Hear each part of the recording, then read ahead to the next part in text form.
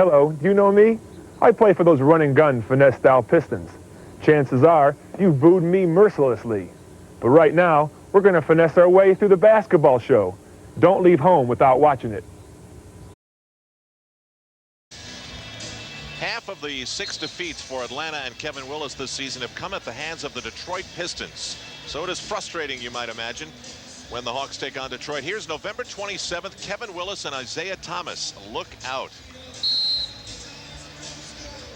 Isaiah didn't like that big elbow of Willis wrapped around him. However, Isaiah, being a guard, was in there with the big guys, and you're going to get in a tangle sometimes, but Isaiah's very quick to react.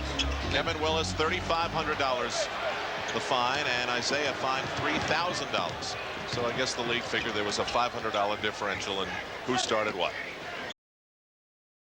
To go. Rodman screen, Spud. Isaiah gets it back topside. Fakes the triple. Starts the dribble. Here he goes through the hole. A hard foul.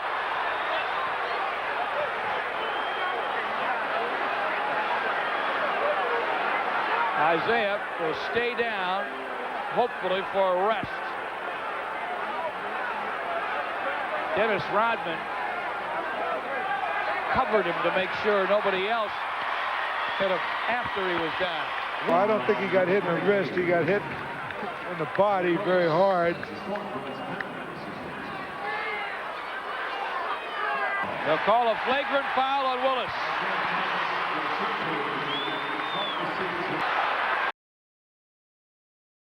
On This Week in the NBA, it's getting kind of embarrassing the way guys are falling all over themselves just to get on the show. But we'll deal with it. We'll have the fallout from that fracas, and Zeke speaks of life after the Pistons. Glad you could drop in. It's going to be quite a party. And please, don't be surprised if at some point during the program we just break out and went into a good old-fashioned knockdown, drag-out fight. I mean, all the players are doing it, and we just want to mirror the times. Mike Glenn is here as always, and Mike, at least for now, you're not going to take a swing at me, right? No. It's contagious, but we'll avoid it. Okay, I'll be ready to duck, though. Let's talk about something a little nicer. There is no I in team, but there is one in Pippen. The Bulls' main player wanted to be the main man on Chicago's final play against the Knicks Friday night at the stadium. Instead, he decided to take a seat on the bench after finding out in the huddle that he would not be the go-to guy on the Bulls' final possession of the game.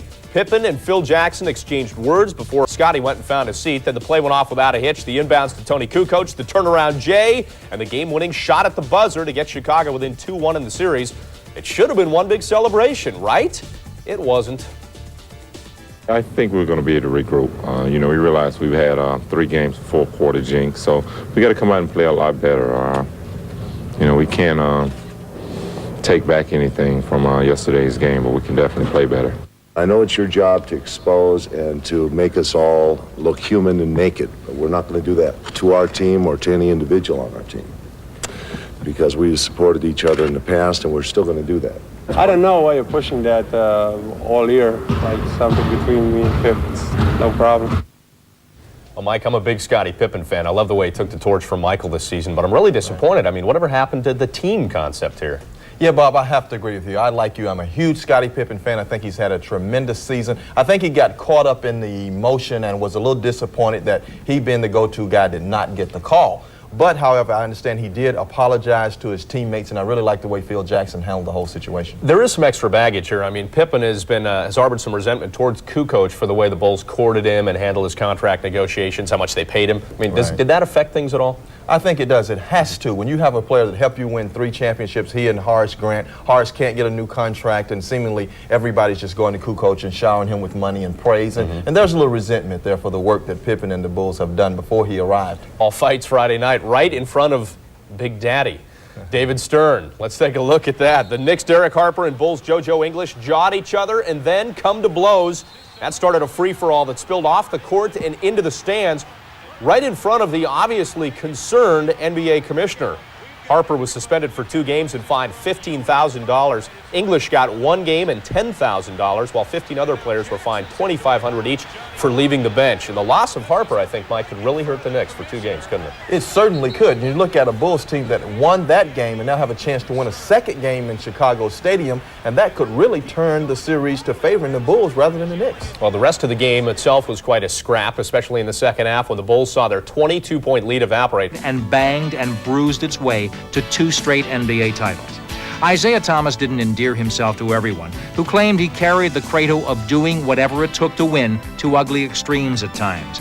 Yet no one ever doubted his tenacity, talent, and wonderful presence that made him a basketball rarity, a little man with big impact. Playoffs are also rough and tumble, more like football.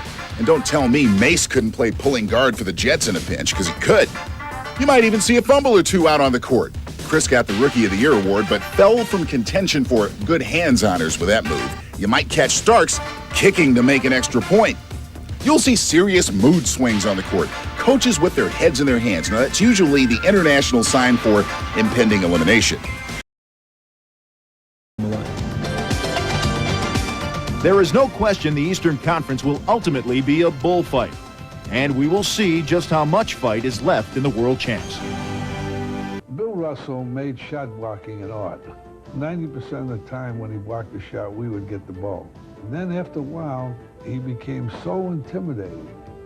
It was like blocking another 10 shots a game, even if he never touched the guy.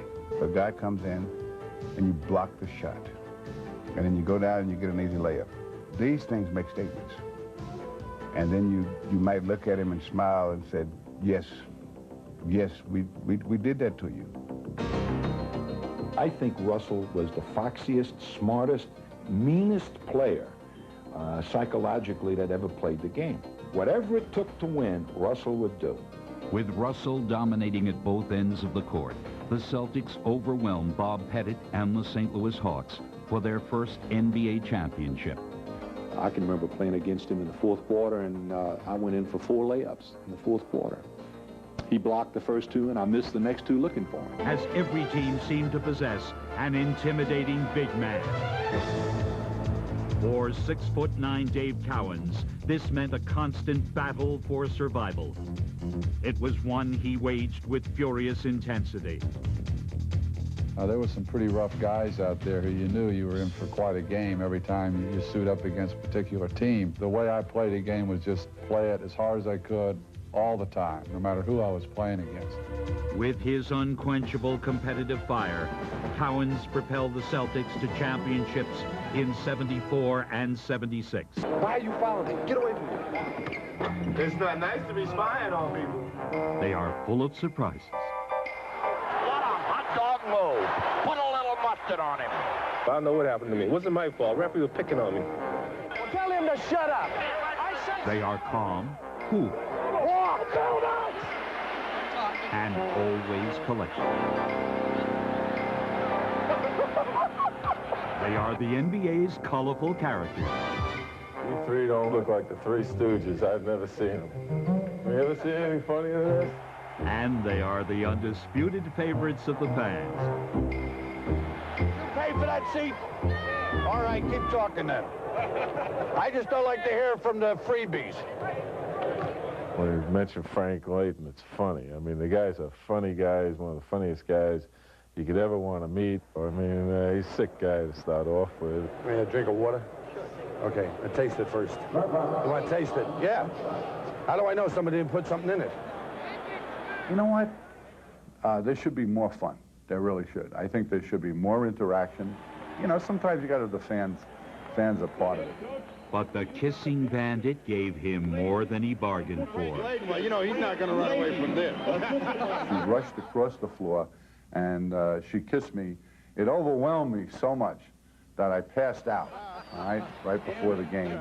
Actually, when I first saw her coming, I hollered for the police. I thought someone had stole a ball bag.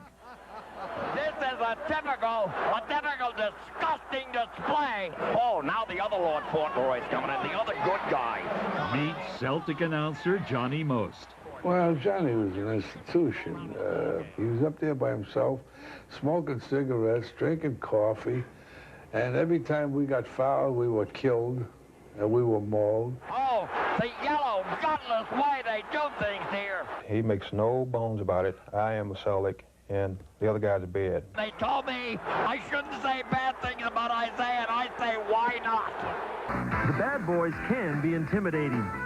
The Bulls aren't the only team that knows this in the NBA, but they might know it best. Although the Bulls have battled back at times, the Pistons have usually slapped them down. Sometimes the rivalry has escalated into something beyond basketball, but it's the intensity of this rivalry that the Pistons thrive on. All-Star guard Kevin Johnson of Phoenix has been fined $7,500 for this flagrant foul against Steve Kerr of the Bulls. The incident occurred Sunday with 0.3 of a second left in the game. Kerr apparently was going for a three-point shot to tie the game when he was grabbed by Johnson. To the surprise of Charles Barkley, the Suns held on to win by 1. I enjoy the way he plays, but I enjoy he's got a character. He's got a personality, which I like. You know, they just get a cookie cutter now, and they just stamp him right out, and they kind of go like, you know, and they just pass him right through. Over 4 decades, they have fought in the most dramatic of circumstances. 5 seconds left. Magic down the middle, just what I thought. A hook shot at 12. Good! In a rivalry that few in sports can equal.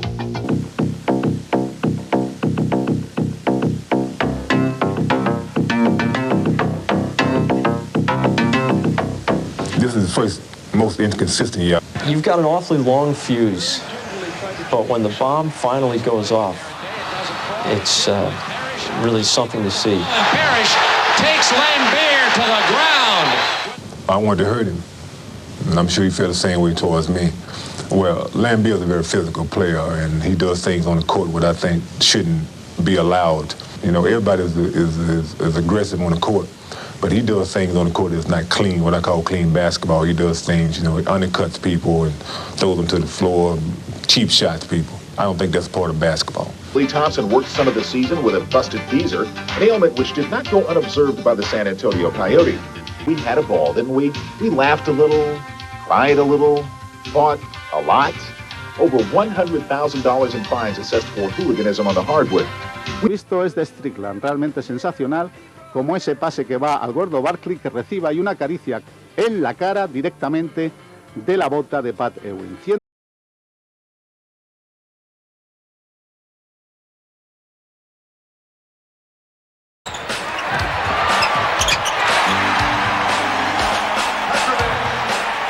Game number 2, a physical affair. The post-game celebration subdued because the injury bug that had stayed away all year long bit Portland hard in Game 3. Buck Williams down and out in the first period with a corneal abrasion and cracked bone near the eye. Kevin Duckworth out in the third period with a broken right hand.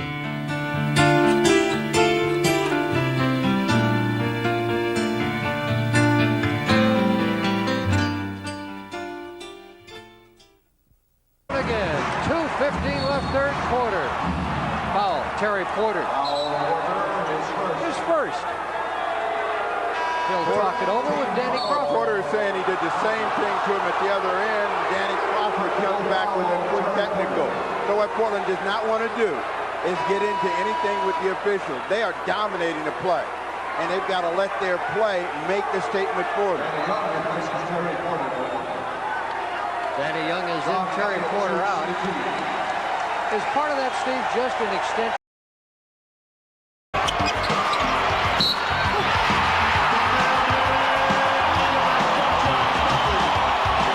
It became even more apparent the work in the paint wasn't for the faint of heart, as Carl solved Buck Williams' hands-on defense and bruised his way to 39 points. Drexler inadvertently poked Stockton in the eye.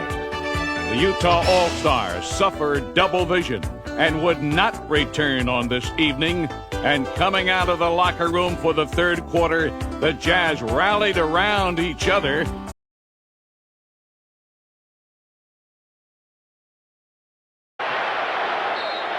Whistle. Edwards draws the foul, and now Dennis Rodman and Lojas under the basket going at it. This series has been free of this kind of stuff pretty much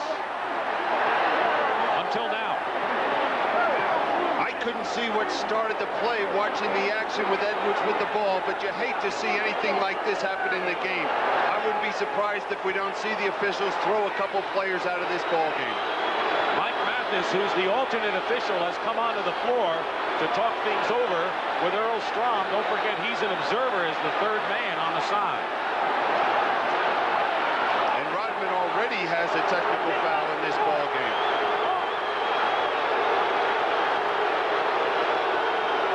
Photographers are on the floor. So far, they've kept the fans away.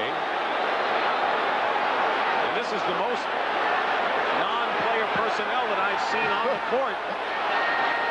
I guess they're not used to games like this in Detroit. They don't know that the people are supposed to stay off the court.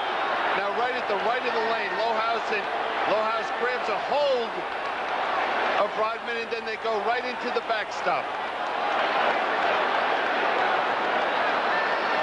Chuck Daly over at the line, and Rodman is going to leave the ball game.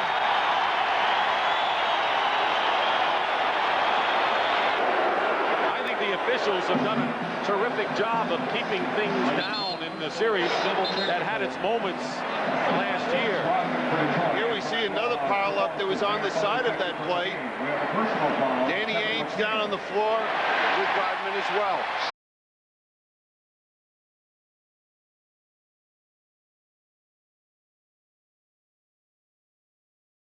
First two games of the Eastern Conference Finals, the Pistons looked invincible. Their tenacious defense corralled the Bulls, grounded Air Jordan, and sent him home without a word to be heard. First test of the New York Knicks' stinginess came in Atlanta against the Hawks, where Patrick Ewing reigned supreme on both ends of the court. Let's show people that he can get up. Oh, the rain man! He was just a teen, yet he was in the NBA. He's just a child. He's a man. He's a man-child. And he came, and he grew, and he fed on the rain. Oh, sweet rain. I like this place. How does it feel to be a two-time All-Star? Oh, it's a great feeling, you know, to have the opportunity to come out here and enjoy ourselves and mingle with these guys, you know, like great players like yourself.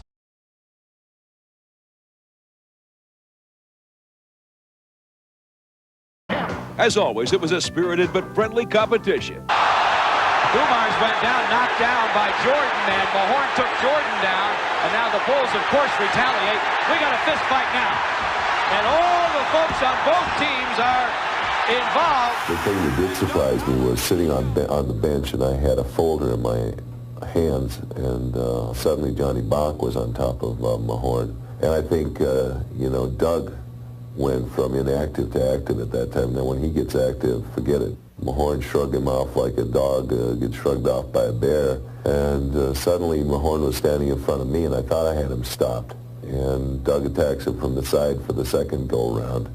But it was, I think it was a unifier. The fight was a unifier because I think the spunk that Doug showed is always something that players admire in a coach. On the way, top of the key, no, off the heel to Edwards, swiped by Olajuwon.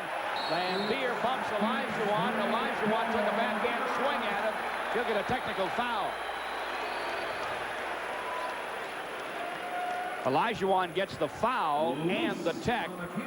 And wisely, Houston takes time out to cool off Akeem. We have a technical foul on Akeem Olajuwon. Olajuwon fouled Edwards, swiping it. Then Bill Lambier bumped him, and he gave him a backhand slap. 4:14 left in the first. Dumars makes the tech, and now we have timeout. After maybe overreacting a little bit to Bill Lambier, he wouldn't be the first guy to do that. The backhand slap. With 30 seconds left in the quarter, the crowd had to dive over the fallen Laker, and down. It may be Magic who's down. There's no question it is Magic, and he looks like he is left. He might have gotten an elbow or a knee in the head as Grant went over the top of him. Back and take a look. There are two Lakers to come together. He collides with Teagle, and he gets kicked right in the head as he's going down. That may have knocked him unconscious momentarily. Everybody here at the Forum hushed as you can see the foot catch the side of the head. And that's Grant running at full speed, vaulting over Magic, who took, even though that shoe is a fairly soft shoe, all the force of Grant hitting him. Let's listen to the sound as we replay it again.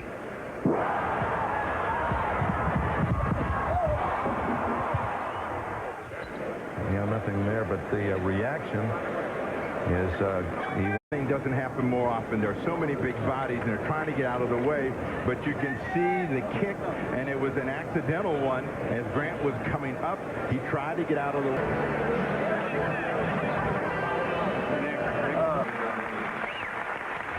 Right now, they're tending to him. Still no word on the severity of his injury. We'll let you know as soon as we have something definitive. It happened.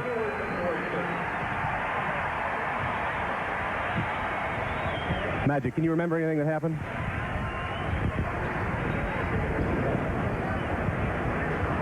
Well, as you can see, he's getting into the ambulance under his own power. No stretcher. Unlike their counterparts in the East, the Western Conference competitors may be considered a bunch of choir boys. Sure, there have been flare-ups now and then, a ball to the face, a grab or two, the occasional hard foul, which the victim even dismisses, while delivering a backhanded blow of the verbal kind to the assailant. To me, it wasn't necessary. I think he did that out of frustration. And I said before, you don't know a winner when it's winning. You only know a winner when it's losing. That's the difference. You know, if somebody cannot take a loss and they cannot act professional, and you know, it says a lot about the person. Ouch. Most of the agitators who did resort to aggression have been dismissed, not for dirty deeds, but for losing despite them. There is one exception, though. The volatile Vernon Maxwell is still around and kicking and testing his coach's patience. Well, it aggravates the hell out of me, you know, and I think we're going to learn as time goes on that those things don't matter that much. I've been dealing with it every single game, and it was a possibility in that last game because of the personalities involved, and you know, we're going to keep working on it till we get it right. I have to go out and play my game the way I've been. You know, I grew up playing, and that's the way I play, with a lot of emotion and aggression, and that's the way I have to play. If I don't, it'll take away from my game. That is, if Maxwell is still in the game. Fortunately for him, the league doesn't fine or suspend when the excessive force is directed at a television technician who happened to mutter the wrong thing on Max's way to an early shower. Round two is being smart, or is it being coy? It's something that you cannot coach. It's an art where you have to realize how far you can go, how far you can push. Don't get to the point where you cross the line. So you can play very tough, very competitive, but don't cross the line. Make sure you stay in the game. That is assuming staying in the game is your primary goal, and leaving the head of your opponent attached to his body is also of importance. In Houston, Pam Oliver, ESPN. All totaled, players in the East have had to shell out $287,000 in fines for misbehaving. In the West, it's just a mere $17 grand. Perhaps from this, one can gather that there is a hefty price to pay to play in the black and blue Eastern Conference, both monetarily and physically. You know, those rivalries, they bring out the worst. Heat on Saturday night, there weren't too many personalities you'd want to invite into your living room. No. Is the league headed in the wrong direction with incidents such as that one seemingly popping up more often? Bob Lee. Sports Center, the 4 suspensions handed down by the NBA for 2 separate incidents on Saturday. Miami starting forward Grant Long suspended 1 game. Teammate Keith Askins 3 games. Atlanta's Douglas Edwards suspended a couple of games. And Dennis Rodman of the Spurs hit with a 1-game ban. Now, life changes in the playoffs. More pressure, more physical play. But does the NBA have a problem that the NHL seems to have mastered? Tonight's cover story. If there is a sport dogged by a violent image, it is hockey. Now he's challenged from behind. That's Patterson, who has picked Nystrom as a target. But this is ancient hockey history. There are stringent new rules in the NHL. This past weekend, this was the one fight in 6 Stanley Cup games, while the NBA dealt with several incidents. In 1/3 as many playoff games, the NBA has a comparable number of incidents judging flagrant fouls against fighting major penalties. Hockey has not cleared the benches. The playoffs are a different season with a unique psychology and strategy born of the high stakes and a familiarity which can turn to contempt. You're playing the same team every night, so all of a sudden you're very much aware of what their plays are, what they're trying to accomplish. You know their plays as well as you know your own, hopefully, and so now it becomes more physical because of that knowledge. The playoffs, when defenses turn rugged, the game can turn half-court, and picks become granite. The bad boys, the Pistons, brandished an attitude and behavior en route to consecutive championships. The history of the postseason is replete with moments of violence, but few to rival the brawl between Atlanta and Miami Saturday night. Basketball, this is not something to get excited about. The league's got to take a long look at this because the game is getting too rough. I'm telling you, Bob, too rough. The intensity of this level is so high, it's bound to happen tonight, and we hope it doesn't happen again. People on the ESPN and whatnot taking shots at me, saying I cheap shot at him, and they didn't see the shots where he kicked me in my head. It's not a matter of whether you can compose yourself or restrain yourself. That's not what it's all about. It's about protecting yourself and not having the other players on the floor lose respect for you. We were antagonized until the point, our backs was against the wall. We had to make a stand. The weekend also saw Dennis Rodman twice bringing down Utah players to earn an ejection. Two unlikely Warriors, Mark Price and B.J. Armstrong, nearly got into it. The worst crime is the bench-clearing brawl. There are $105,000 in automatic fines for the teams and the players in the Atlanta-Miami brawl. A hockey player leaving the bench is ejected, suspended 10 games. His team fined $10,000. His coach suspended, his coach fined, and then placed on 3 years probation.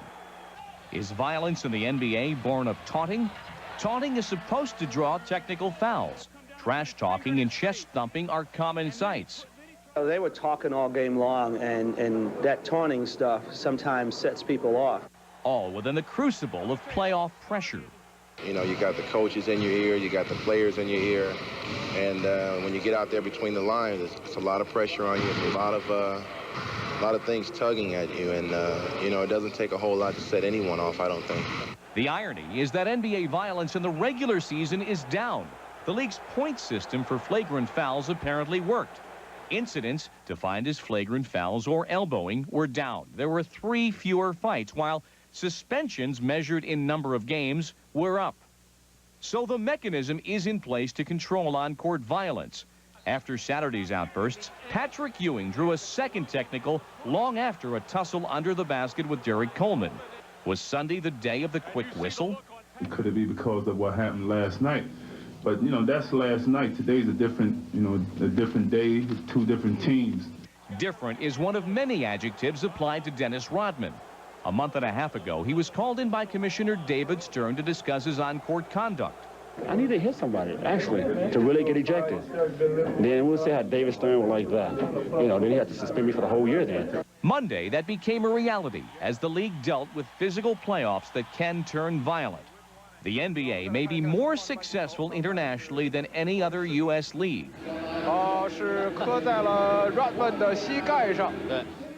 The playoff image it projects is global, beyond the backyard battles in the heat of May. Speaking of edgy, we also know all too well that Spike Lee is a basketball fan, a Knicks fanatic to be exact. We've witnessed his antics and frustrations courtside for years. We're calling him Crooklyn Chokeland after Reggie made that, that disparaging in my direction, but ihres Teams. Ja, da gibt's noch ein Geschenk für Spike Lee, den schon angesprochenen Regisseur Reggie Miller und Spike Lee, mittlerweile ganz gute Freunde geworden. 39 Jahre alt ist er geworden. Sein neuer Film Girl 6 kommt auch bald in unsere Kinos. Da spielt nicht Reggie Miller mit, sondern Madonna. Ja, für all die,